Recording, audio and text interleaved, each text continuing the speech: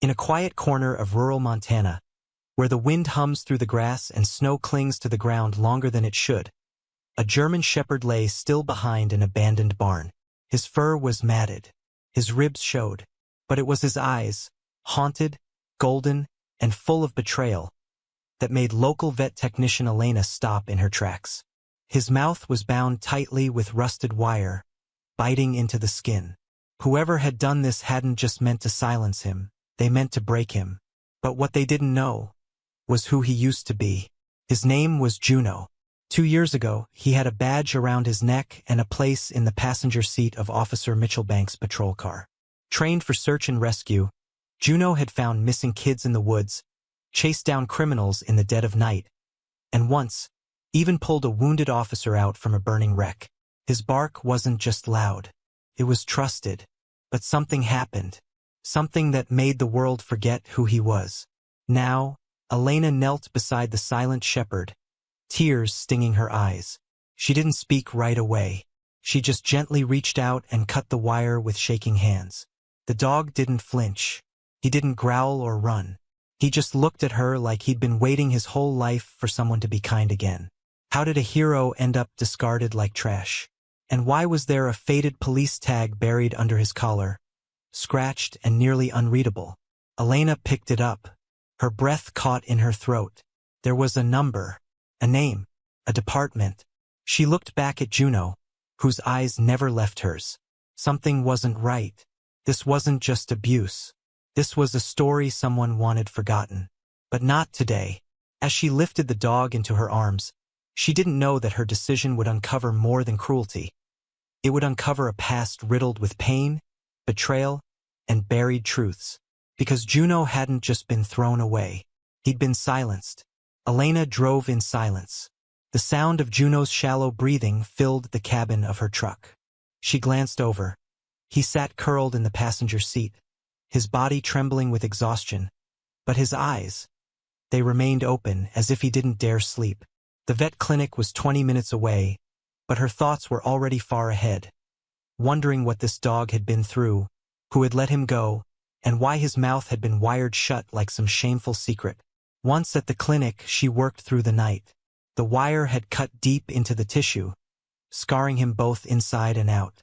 His teeth were cracked. His tongue was swollen. Yet not once did he bite, growl, or resist. It was like he knew this pain was familiar, expected. By morning, she'd cleaned him up, hydrated him, and started a soft diet.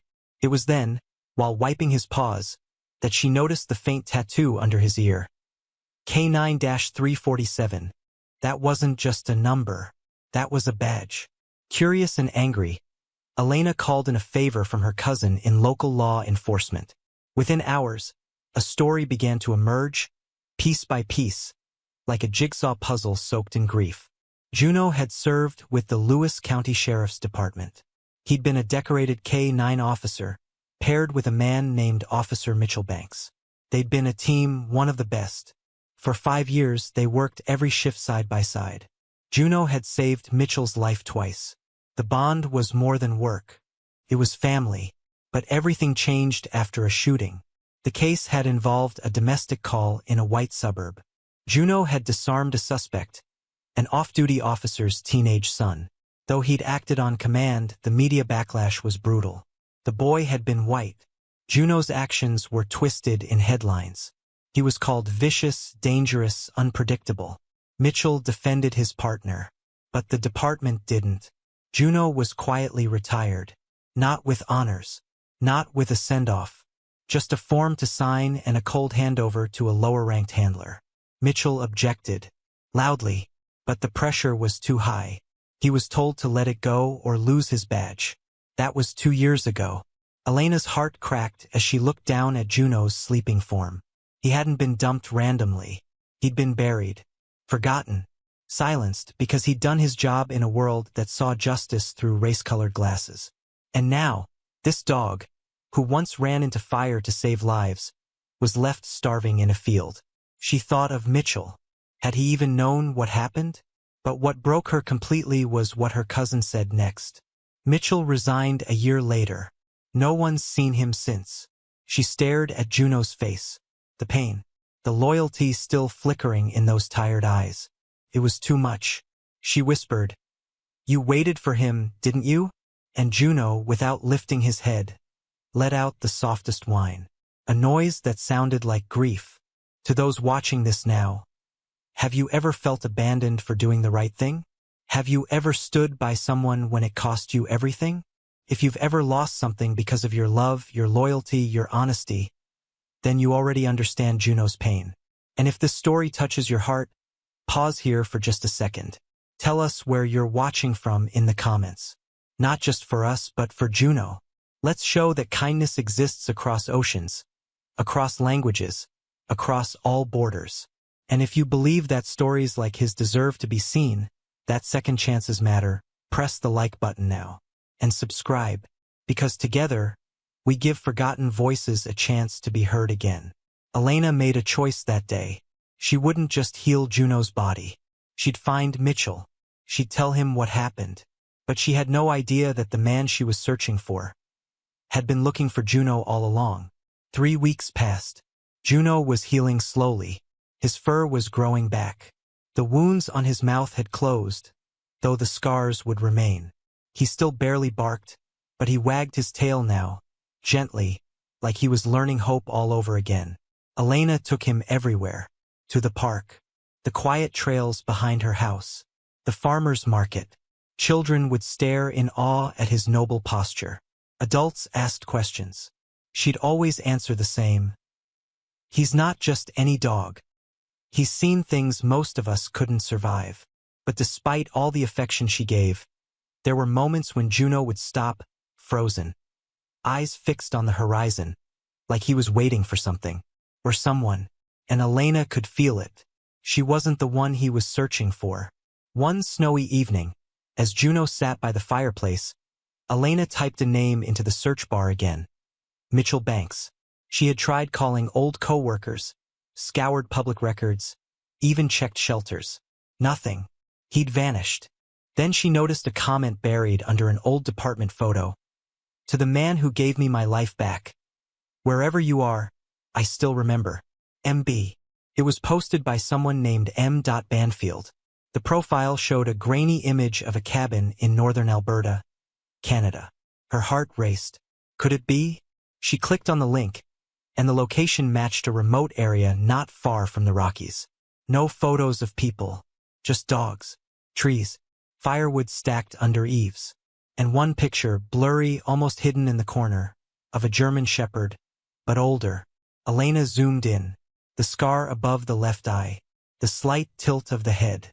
It was Juno, but the photo was at least 2 years old. Her hands shook as she messaged the account.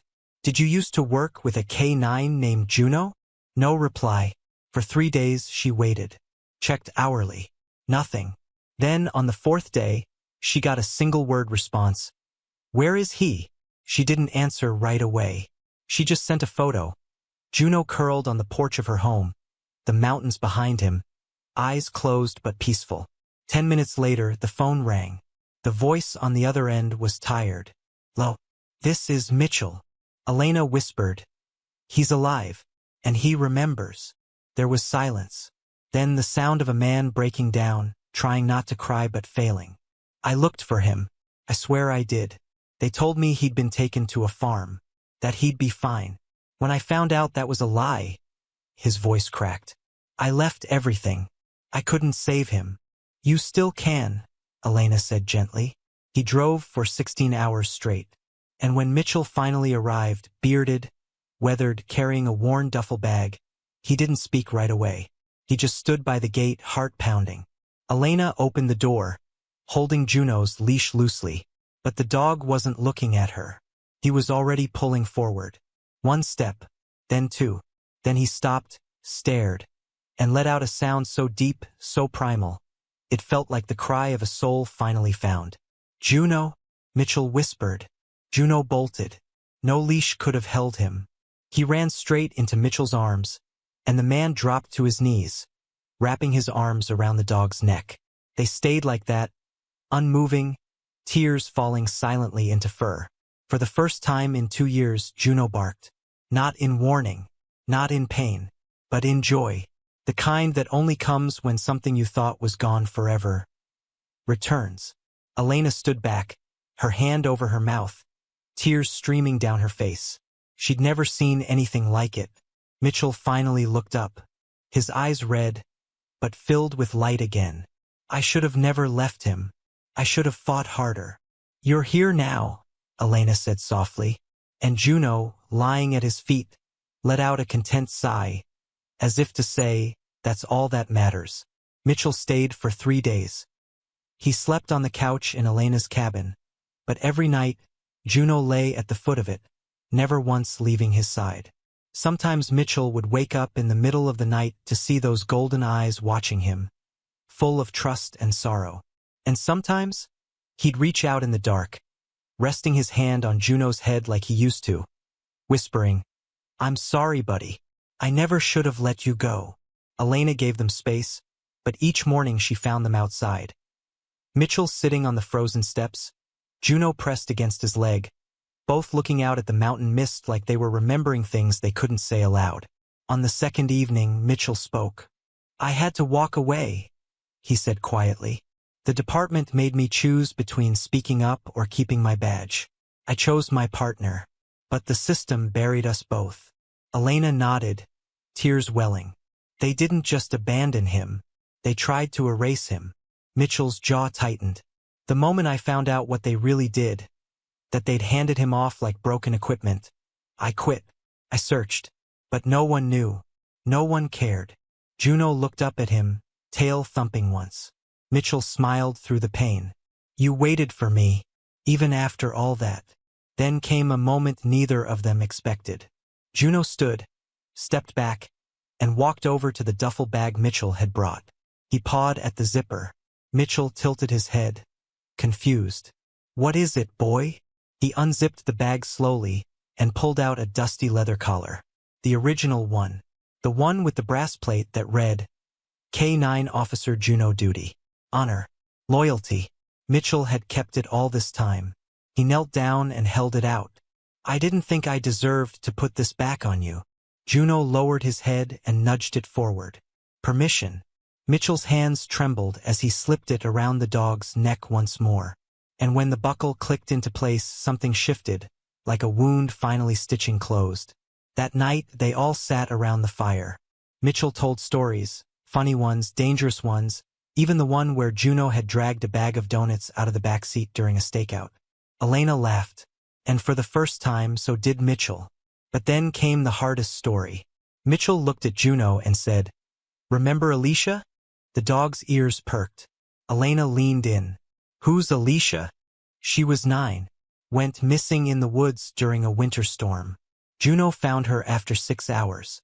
Curled up beside her to keep her warm until we got there. His voice dropped. But no one remembers that. They only remember the day he bit the cop's son. Even though I gave the order. Even though it saved lives. Elena looked at Juno with new eyes. They took his future away. For following his training. They took mine too, Mitchell whispered. There was silence. Then Elena reached over and touched Mitchell's hand. But you're both still here. And you both still matter. In that moment, something unspoken passed between them. Not romance, something deeper. Respect. Connection. Healing.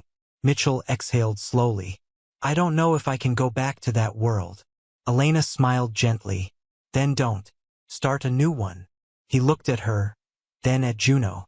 With him. With both of you. Outside, the snow began to fall again.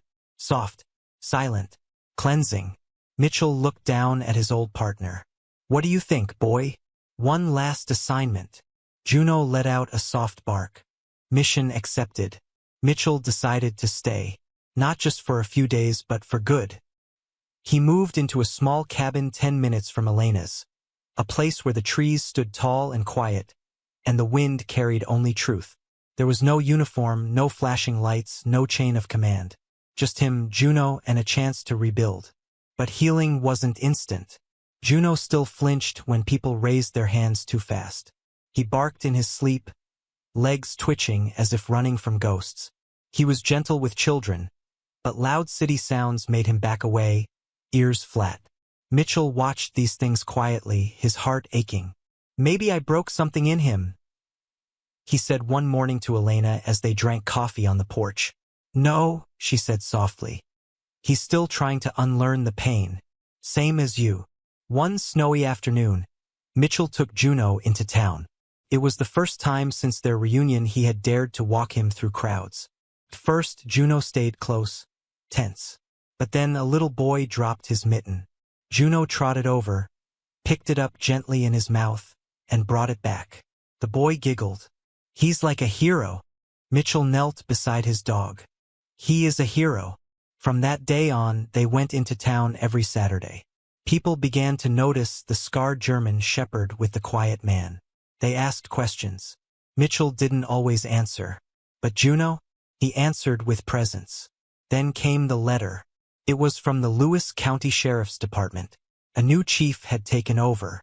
Word had reached them about Juno, about Mitchell, and about the story Elena had quietly shared with an animal rescue blog. It had gone viral. The letter was short but heavy with meaning. "We got it wrong. We're sorry. We'd like to honor K-9 Officer Juno for his service properly." Mitchell stared at the paper for a long time. "It's too late." Elena placed a hand on his shoulder. "Or maybe it's just in time." They didn't go back to the department building. Instead, the town hosted a gathering in the park. No uniforms, no medals, just people, families, kids, and even a few fellow retired officers coming to say thank you. Juno sat proudly, his old collar gleaming in the winter sun. A little girl walked up and handed Mitchell a drawing. It showed a dog with a cape, flying over a house. "He's a real superhero," she whispered. Mitchell choked back tears. "Yes, he is." Still, not all challenges came from outside. One night, Mitchell stood in front of a mirror. His reflection looked older, sadder. "I ran when I should have stood my ground," he said out loud. Behind him, Juno walked over and rested his head against Mitchell's leg. "You forgive me, don't you?" Mitchell whispered. Juno didn't answer with words. He didn't have to. Every morning they woke up together. Every walk they took. Every time Juno nudged Mitchell's hand with his nose just to feel his touch again. It was all forgiveness. Not in one big moment, but in 1,000 quiet ones. And then, a new challenge came, but this one with light. A local youth center asked Mitchell to help with a therapy program using dogs and retired service animals. At first, he hesitated. "I'm no therapist. But you know what it's like to lose everything," the director said. "That's enough." So Mitchell and Juno began visiting once a week. At first, the kids were silent, guarded. Some had been in foster care, others through trauma. But Juno sat among them like he belonged. One boy named Trevor, who hadn't spoken in weeks, looked at Juno's scar and asked, "Did he get that in a fight?" Mitchell smiled gently. "No. He got that for protecting someone smaller than him." Trevor nodded slowly. "Like me." That was the first word he'd spoken in days. Each week, more children opened up. Juno became their silent protector, their warm presence, their reminder that wounds don't mean you're broken, just that you've lived. And through it all, Mitchell healed too.